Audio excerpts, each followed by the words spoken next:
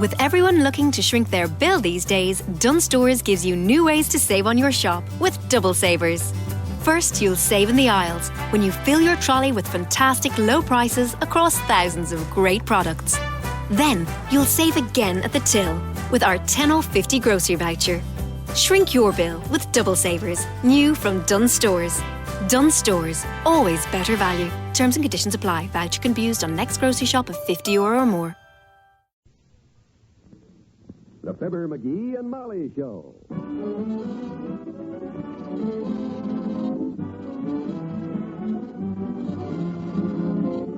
NBC and Richard Hudnut, makers of the all-new Richard Hudnut Home Permanent with Beauty Rinse Neutralizer, present Fibber, McGee, and Molly transcribed. The show is written by Phil Leslie and Ralph Goodman and directed by Max Hucko.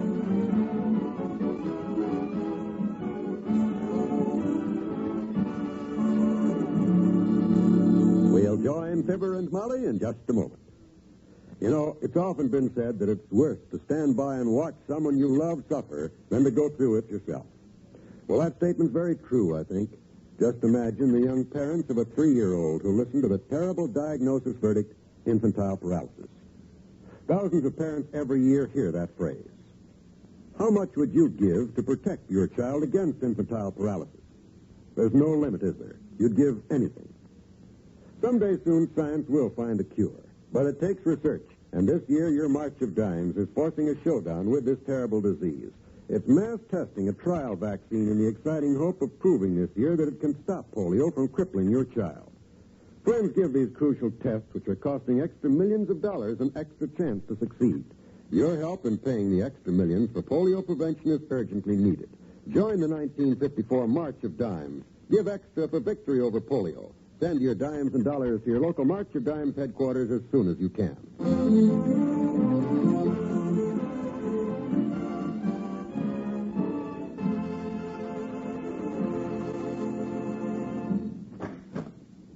Hey, Molly, you home? In the kitchen, Gary.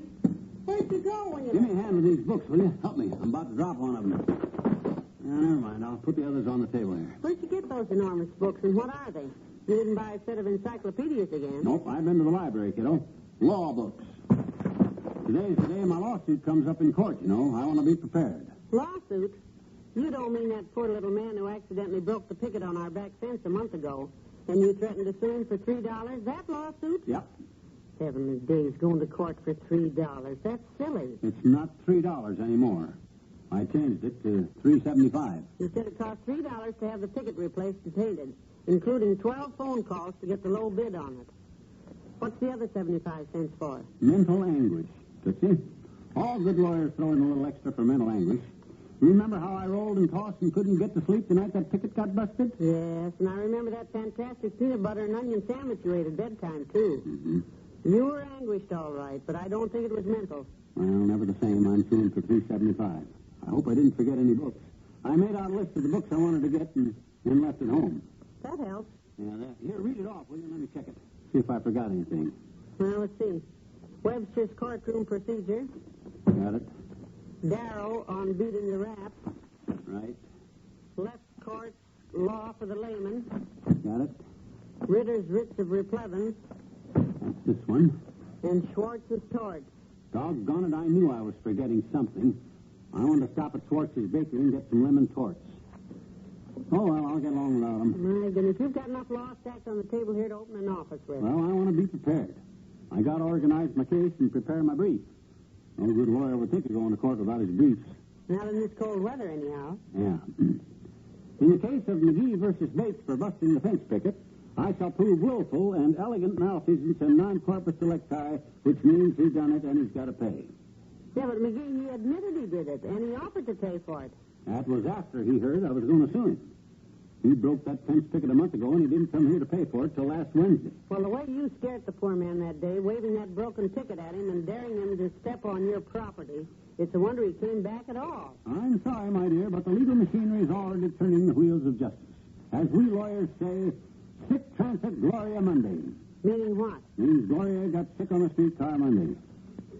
I don't know what that's got to do with the lawsuit, but all them lawyers talk that way, and I don't know why. Doctor boy! Oh, here we go. Just let me try to concentrate on it. Hello there, kids. Hi, daughter. Hi, Johnny. Need anything at the store today? Yes, I'm glad you stopped by. I need some butter and a dozen eggs. How about some tamales, kid? No, I don't think so. Got a special on today. $15 a gross. No, just butter and eggs, she said. Minced clams? How about some minced clams? You don't order minced clams like you used to anymore. We never did order minced clams. I minced my own. Oh, I guess that's right. I must have you confused with the Delaney's. Yeah, well, now, I'm trying to work here, so if you You don't... folks look a little like the Delaney's, Johnny. Yeah? She's shorter, of course, and he's got a mustache. No, he's the one that's shorter, and she's got the mustache. Say, how about some fruit, kid? Got some nice grapefruit in today, real fresh. All right, we'll take some grapefruit. Put us down for 3. You better take 9, daughter. You may have to throw 5 or 6 of them away to get a good one. I thought you said they just arrived this morning. Yep, all the way from Florida, Johnny. You know what a long trip that is. Oh, sure. The way they bounce them crates around. All right. Make it 9. Now, look. 9? Is it that late already? I got to get back to work, kids. Sorry I haven't got time to take your order, daughter, but you just phone it in. I'll bring it in tomorrow. Lock that back door, will you? I got to study my law. I'm going to prepare an opening speech that'll make courtroom history today. Mm-hmm. As the immortal Gladstone once said, my dear, this suit is in the bag.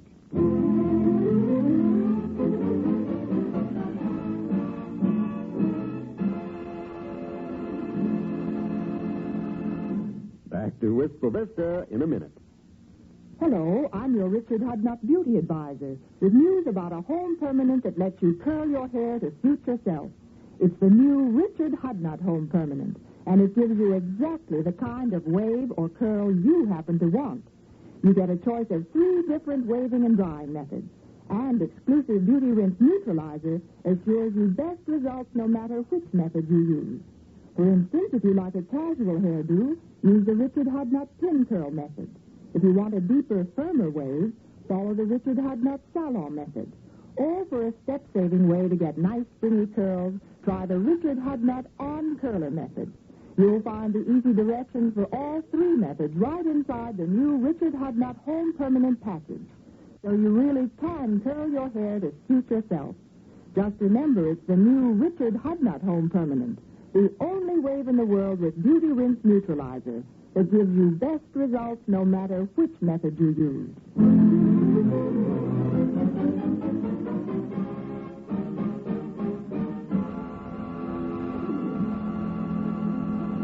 Seems to me they just told the judge the simple facts instead Just of... the simple facts. Don't be naive, my dear. I can see you're not very familiar with courtroom procedure. I'm happy to say. Allow me to quote to you a passage from Daniel Webster's speech to the jury in the case of Webster versus Jones. For stealing a dictionary, I suppose. Oh, I don't know, but it's the technique them great lawyers use that interests me, you know. Listen to this.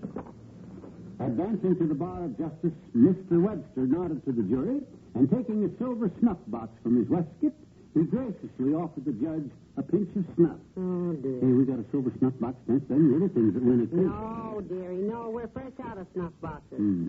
I'll bring along a pill box full of aspirin, though. I have a hunch the judge might appreciate an aspirin. When I step up before that court and swing into my opening speech, I'll have that courtroom spellbound. Your Honor, I'll say, in the words of that great American Patrick Henry, what time is it, Tootsie? We better start downtown.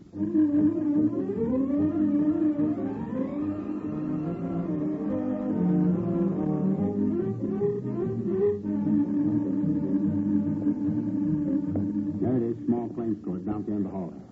Did you bring the speech? Of course I brought my speech. Will I come all the way down here to the court and leave my speech at home? It's right here in my... No, it's in the inside pocket of my... Oh, I know where it is. You left it at home. No, I didn't leave it at home. My gosh, Molly, sometimes the way you talk, you think I was a 6-year-old kid or something. Here's my speech. Right where you pinned it, inside my overcoat. Well, that's a good boy. I'm glad you didn't lose it. Stop patting me on the head. People are looking. Come on, let's go in the courtroom. Well, now, let's sit down here till they call your case. I hope we're not late because the notice said 4 o'clock, and I don't want... Next case, Fibber McGee versus Oliver Bates, property damage. That's you, dearie. McGee versus Bates are the parties to this suit in the courtroom. Here, Your Honor, Fibber McGee representing the plaintiff in the case of McGee versus Bates, wherein said Bates, the accused, did inflict $3 worth of damage to said McGee. That'll do, McGee. You'll get your turn. The plaintiff rests. A very smart move. If he ever hits you with that wooden hammer. Is Mr. Bates here? Here, Your Honor. I'm very sorry to have caused you this trouble. I don't like to take up your time. I didn't mean to break his fence, and I want to pay him for it. He won't let me pay him. Is this true, Mr. McGee? Well, Your Honor, the confessed criminal did come over with the money, but that was weeks after the damage was done. Well, he scared me, Your Honor. The day I broke the fence, he came running out and yanked the ticket off and swung it at me. I ran. All right, let's hear both sides of this case in an orderly fashion. Mr. McGee, give me your version of this incident. What happened? Your Honor, I stand before you today to plead the cause of simple justice. Never mind that, just... The accuser did herewith snag his coat sleeve on a nail of my fence, thus tearing the picket off and damage against $3 worth. In the words of that great American, Patrick Henry, $3 is a small price to pay for liberty. And if he don't pay me $3, take away his liberty. Lock him up, because... Sit down. I thank you. Holy smoke, one of those again, Joe. All right, Mr. Bates, maybe you can tell me what happened.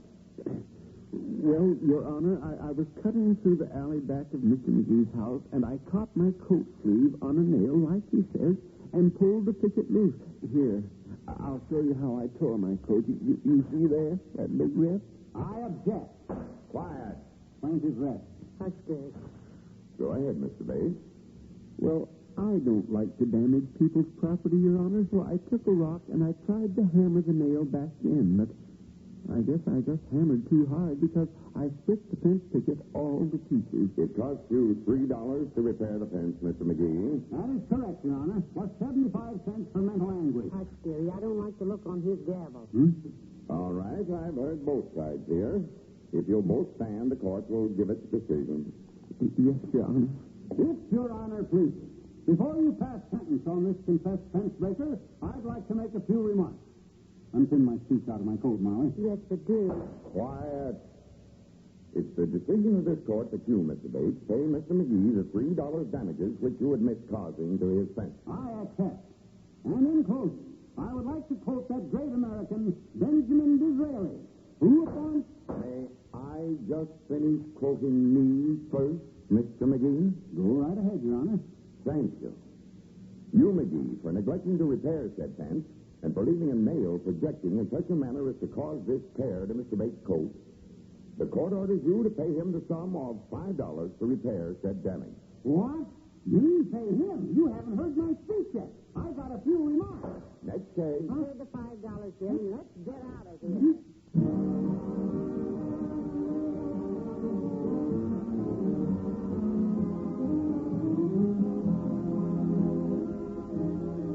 Fibber and Molly will be right back. Thursday evening is filled with fun when you set your radio dial to this same station. And when we talk about fun, you'll find the best of it each week on Truth or Consequences, the zany stunt games that keep all America intrigued each time Ralph Edwards steps before the NBC microphone. The unusual is commonplace when it's time for Truth or Consequences, and the resultant fun makes wonderful radio entertainment.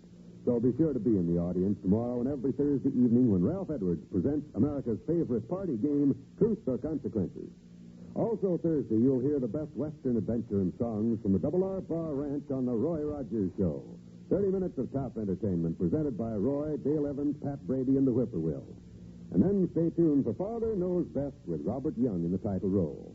As the beleaguered head of the Anderson household, Robert Young finds more times than not that Father knows best about only one thing, trouble. But it's all in fun, and it's all for fun. Be sure to hear Father Knows Best tomorrow evening.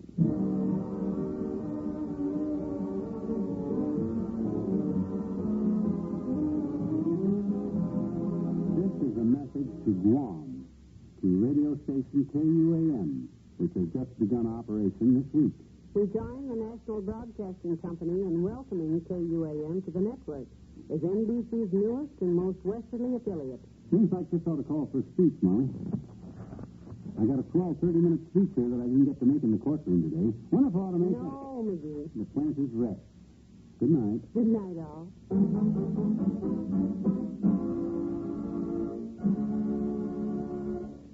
NBC and Richard Hudnut, makers of the all-new Richard Hudnut Home Permanent with Beauty Rinse Neutralizer, have brought you the Fibber, MCGee, and Molly program transcribed. With Bill Thompson as the old-timer, Ken Christie as the judge, and Parley Bear as Mr. Bates. This is John Wald, inviting you to be with us again tomorrow night for another visit with Fibber, MCGee, and Molly.